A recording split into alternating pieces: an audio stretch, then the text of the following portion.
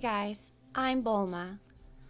On Saturday, March 24th, over 13,000 people gathered at Kylie Gardens in Tampa Bay, Florida. Students spoke out about gun violence in schools before we all took to the streets to march. Here's one of the speakers from one of the 50 schools that took part in this march on Saturday.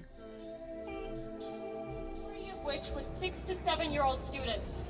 At the time, I was living in Sydney, Australia, where I grew up, and I remember thinking that something would change, that obviously American legislators would put some law into place so that something like this would never happen again.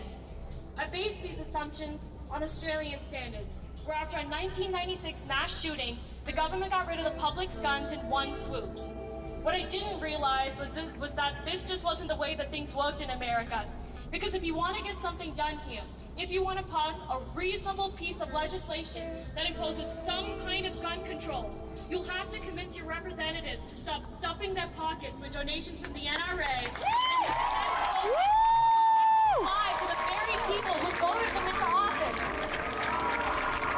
Before I moved to America, many people asked me if I was scared to move to a place that to the majority of the world seemed like it was teeming with gun violence.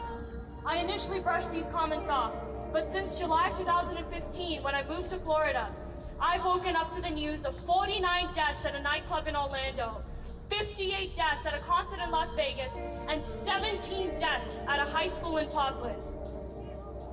4 out of the 5 deadliest mass shootings in American history have occurred in this last decade, and after every single one, we've all received the same response of, now's not the time to talk about gun control, or that the only way to beat a bad guy with a gun is a good guy with a gun. So I ask our representatives in the Florida legislature and our representatives in Congress, at what point do we draw the line?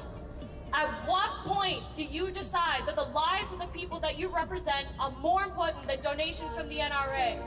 At what point do you realize that America is normalizing the stereotype of mass shootings and gun violence? The world is watching, and we need to set an example. Woo!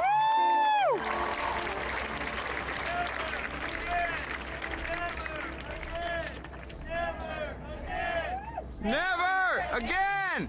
Never again! Never again!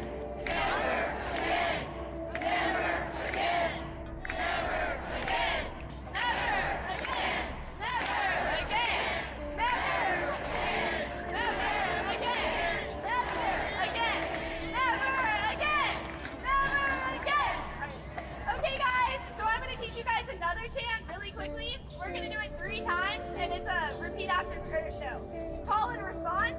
So I'm going to say, show me what democracy looks like, and y'all are going to say, this is what democracy looks like. Show me what democracy looks like. This is what democracy looks like. Show me what democracy looks like. This is what democracy looks like. Show me what democracy looks like. This is what democracy looks like.